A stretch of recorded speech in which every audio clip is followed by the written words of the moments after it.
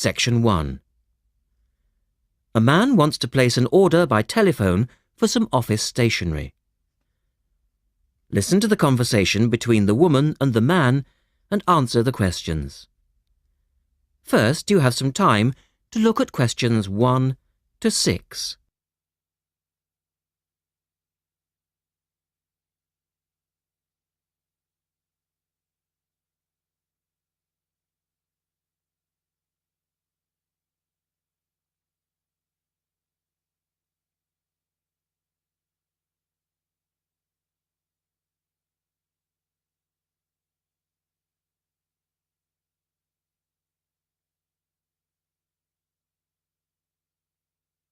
You will see that there is an example which has been done for you. On this occasion only, the conversation relating to this will be played twice.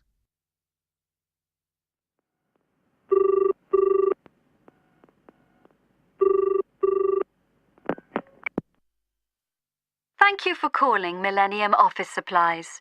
If you would like to place an order, please press 1. Your call has been placed in a queue. A customer service operator will be with you shortly.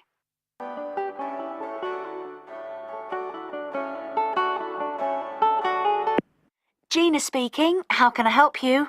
Oh, hello. I'd like to order some stationery, please. And who am I speaking to? John Carter. The man says his name is John Carter. Now we shall begin.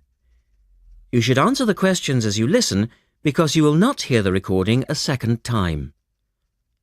Listen carefully and answer questions 1 to 6.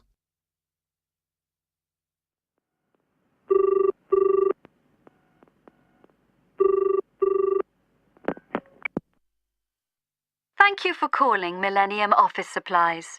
If you would like to place an order, please press 1. Your call has been placed in a queue. A customer service operator will be with you shortly.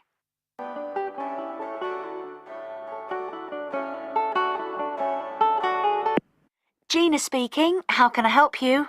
Oh, hello. I'd like to order some stationery, please. And who am I speaking to? John Carter. Right. Can I just confirm your account number and the name of your company, John? Sure. The account number is 692411. 692411. Right. And you're from Rainbow Computers? No, the company is Rainbow Communications. Oh, OK. I'll just fix that on the system. Communications. And what would you like to order, John? Envelopes. We need a box of A4, that is, normal size envelopes. White, yellow or manila? We'll have the plain white, please. But the ones with the little windows. OK. 1 box, A4, white. Just the 1 box, was it? On second thoughts, make that 2 boxes. We go through heaps of envelopes. As a matter of interest, are they made from recycled paper? No, you can't get white recycled paper. The recycled ones are grey, and they're more expensive, actually. Right, we'll stick to white then. Something else, John? Yes, we need some coloured photocopy paper. What colours do you have? We've got purple, light blue, blue, light green, whatever you want, pretty much. There are 500 sheets to the pack. Right, let's see. We're going to need a lot of blue paper for our new price lists. So can you give us 10 packs, please? Make sure it's the light blue, though. 10 packs of the light blue. The woman asks the man if he needs anything else. Look at questions 8 to 10.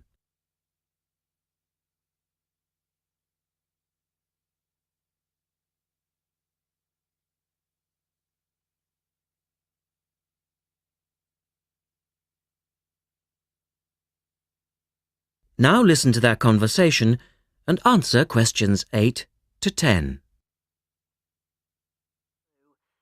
Anything else that we can help you with? Let me think. What else do we need? I'm sure there was something else. Pens, paper clips, fax paper, computer supplies, office furniture. Oh yes, we need floppy disks. Do you have those nice coloured ones? Yes, but they're a bit more expensive than the black ones. Oh, that's all right. I'm not paying anyway. Right. Floppy disks. And what about diaries for next year? We've got them in stock already and it's a good idea to order early. No, I think we're all right for diaries. But something we do need is one of those big wall calendars. You know, one that shows the whole year at a glance. Do you stock those? We certainly do. OK, can you include a wall calendar then, with the other stuff? Just make sure it's got the whole year on the one side. Sure. And do you have a copy of our new catalogue? No, I don't, but could you send one? Yes, I'll pop one in with the order. You'll find it a lot easier to remember what you need if you have our catalogue in front of you next time. Yes, good idea. And when can you deliver this? Should be with you tomorrow morning. Can you make sure that it's not after 11:30 a.m? Because I have to go out at 12. There's only myself here on Fridays. Fine. I'll make a note on the delivery docket that they should deliver before 11:30. Thanks very much. Thanks. That is the end of section 1. You now have half a minute to check your answers.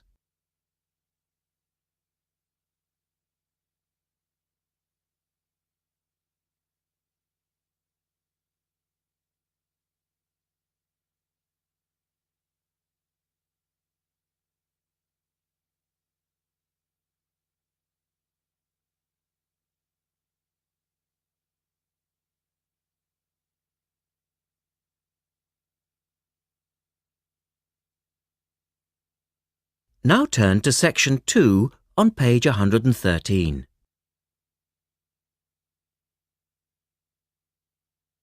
Section 2.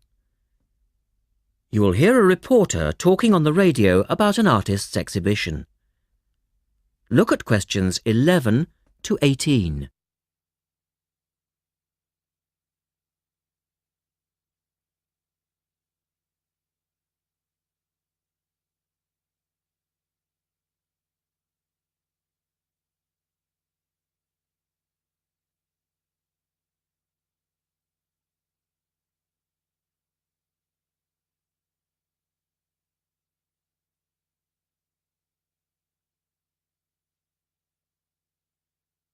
As you listen to the first part of the talk, answer questions 11 to 18.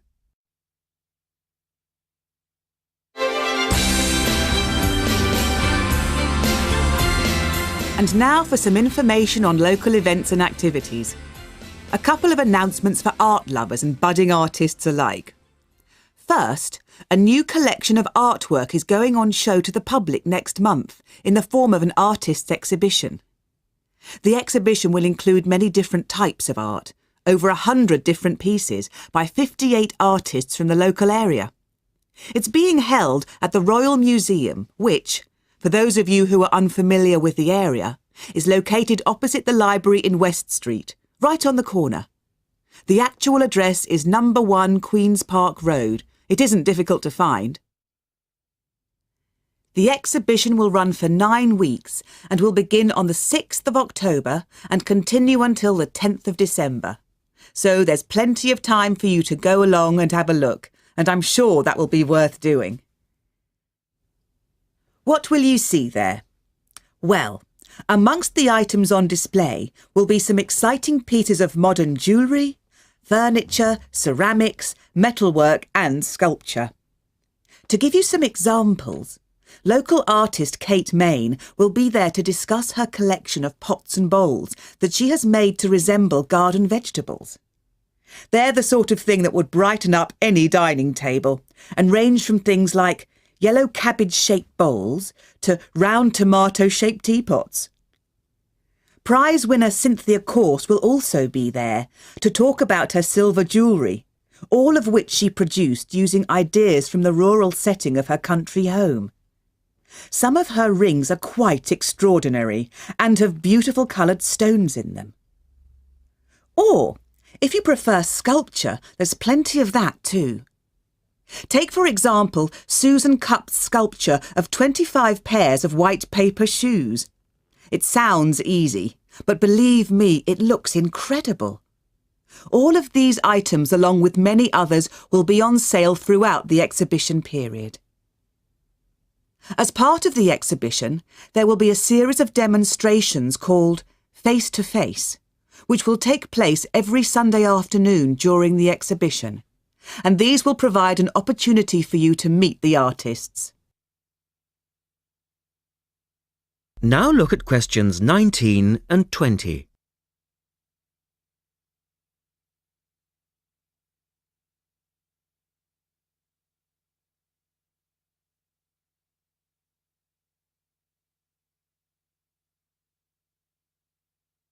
As the talk continues, answer questions 19 and 20. The second set of activities are for those who would prefer to indulge in some artwork themselves. The Artists' Conservatory are holding a series of courses over the autumn period. The courses cover all media and include subjects such as Chinese brush painting, pencil drawing and silk painting. All the tutors are experienced artists. Course sizes are kept to a minimum of 15, and there will be plenty of individual assistance.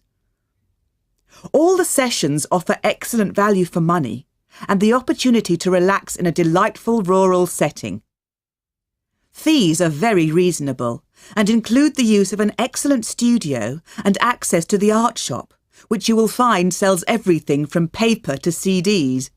And they also include the provision of all materials.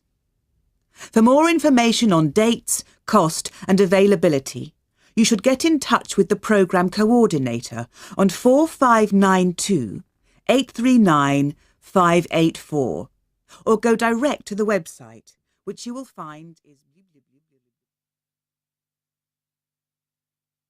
That is the end of section 2. You now have half a minute to check your answers.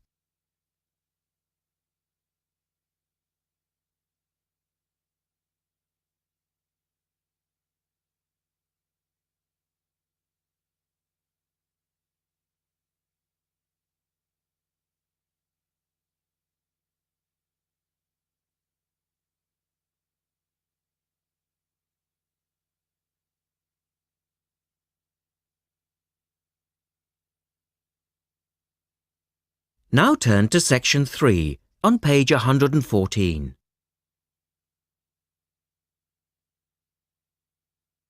Section 3.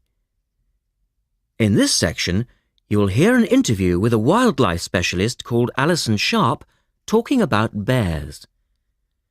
In the first part of the discussion, they are talking about the history of the bear.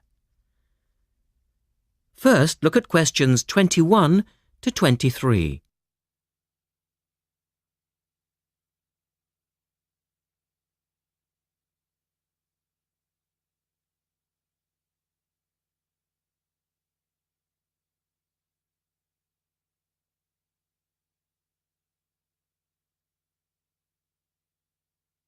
Now listen to the first part of the interview and answer questions 21 to 23.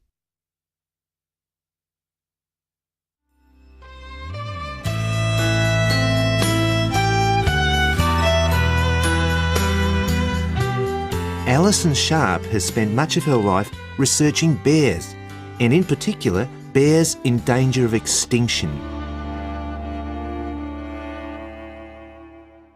She is the author of a recent book on bears, and we welcome her to the studio today. Thank you. Delighted to be here. First of all, can you give us a quick overview of the history of the bear family? Well, the bears we know today actually have as their ancestors bears which have been evolving for some 40 million years. We have fossils of the earliest true bear, and it's important to emphasize this because some creatures are called bears but are not. Such as koalas, for instance. Yes, exactly. Fossils of the true bear show a small dog-size animal with characteristics that show a blending of dog and bear traits. So the general belief is that dogs and bears were of the same family? Yes, that's the theory. And then we see the arrival of the early cave bear. We know from cave drawings that Neanderthal man used to worship this bear and at the same time fear it. Understandable, perhaps. Yes, but they need not have worried because the cave bear only ate plants. In fact, the cave bear survived 2 ice ages, but then became extinct. In the second part of the interview, Alison talks more about the situation of bears today. Look at questions 24 to 30 first.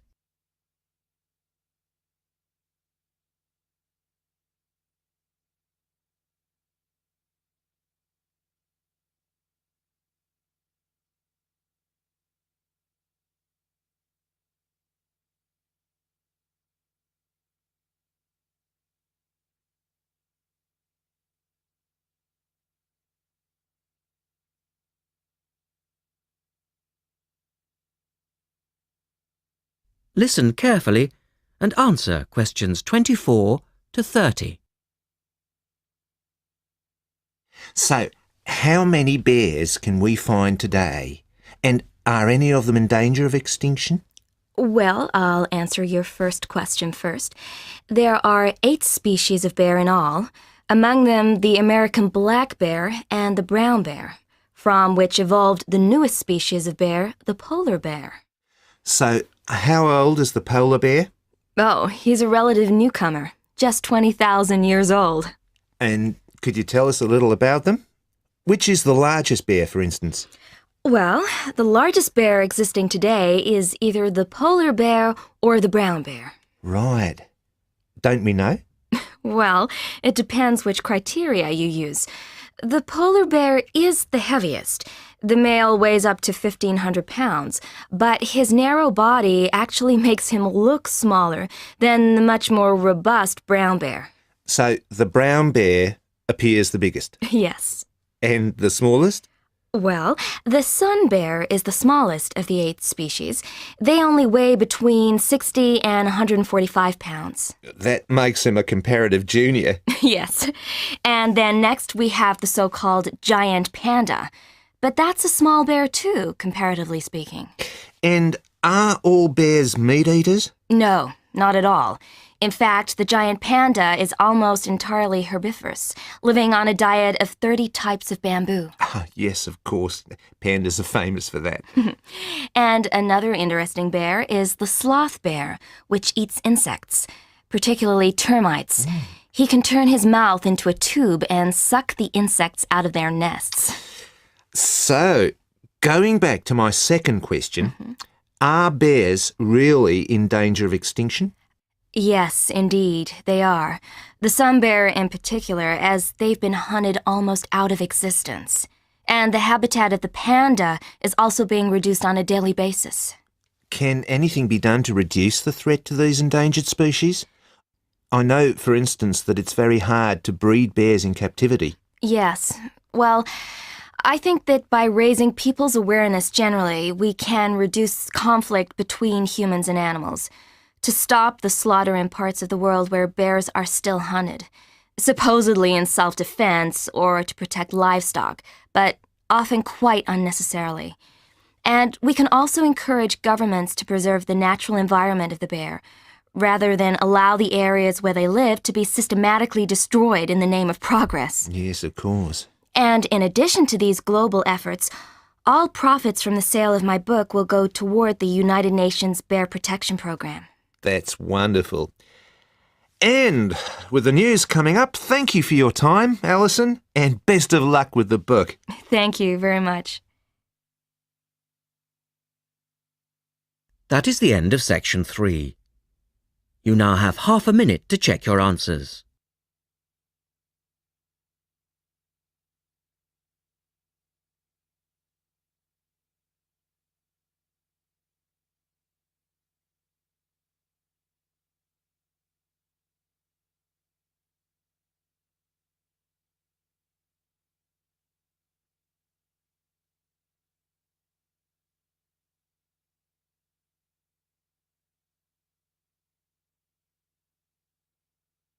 Now turn to section 4 on page 116.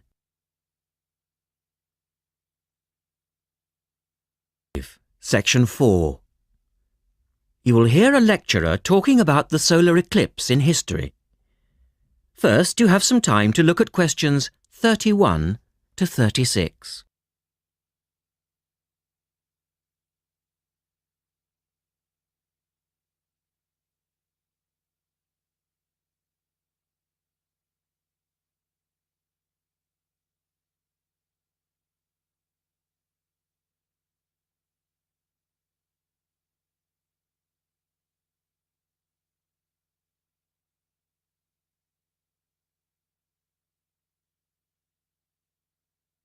Now listen carefully and answer questions 31 to 36.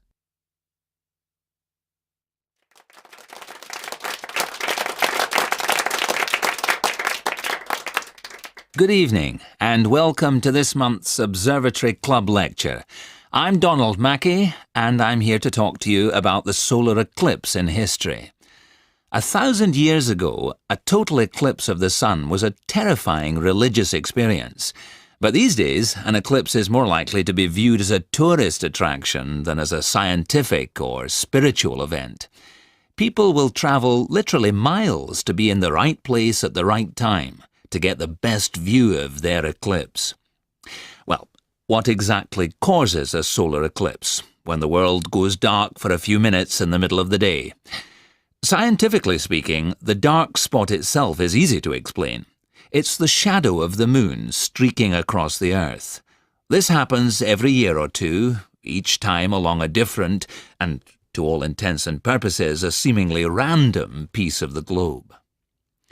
In the past, people often interpreted an eclipse as a danger signal heralding disaster, and in fact the Chinese were so disturbed by these events that they included among their gods one whose job it was to prevent eclipses.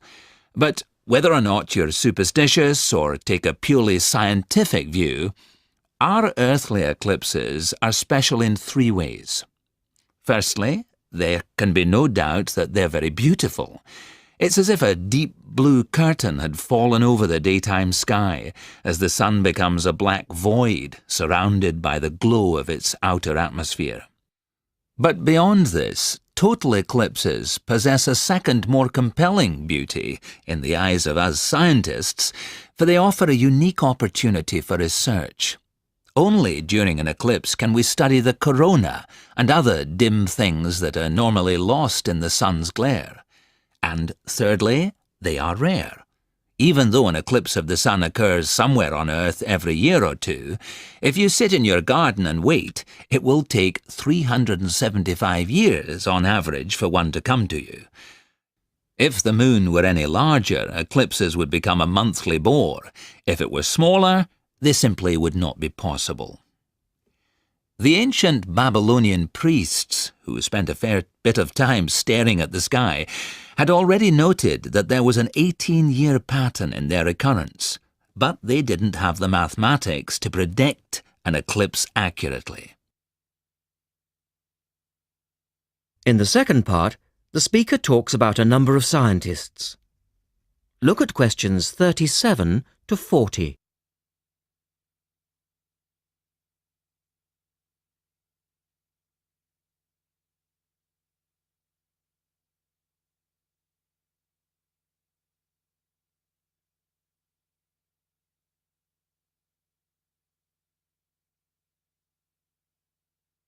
Now listen carefully and complete the table. It was Edmund Halley, the English astronomer, who knew his maths well enough to predict the return of the comet, which incidentally bears his name, and in 1715 he became the first person to make an accurate eclipse prediction. This brought eclipses firmly into the scientific domain, and they've since allowed a number of important scientific discoveries to be made. For instance, in the eclipse of 1868, two scientists, Janssen and Lockyer, were observing the sun's atmosphere, and it was these observations that ultimately led to the discovery of a new element. They named the element helium, after the Greek god of the sun. This was a major find, because helium turned out to be the most common element in the universe after hydrogen. Another great triumph involved Mercury. I'll just put that up on the board for you now. See, there's Mercury, the planet closest to the Sun, then Venus, Earth, etc. For centuries, scientists had been unable to understand why Mercury appeared to rotate faster than it should. Some astronomers suggested that there might be an undiscovered planet causing this unusual orbit, and even gave it the name Vulcan. During the eclipse of 1878, an American astronomer, James Watson, thought he'd spotted this so-called lost planet. But, alas for him, he was later obliged to admit that he'd been wrong about Vulcan and withdrew his claim. Then Albert Einstein came on the scene. Einstein suggested that, rather than being wrong about the number of planets, astronomers were actually wrong about gravity. Einstein's theory of relativity, for which he's so famous, disagreed with Newton's law of gravity in just the right way to explain Mercury's odd orbit. He also realised that a definitive test would be possible during the total eclipse of 1919, and this is indeed when his theory was finally proved correct. So there you have several examples of how eclipses have helped to increase our understanding of the universe. And now let's move on to the social aspects, and I think you'll find... That is the end of section 4. You now have half a minute to check your answers.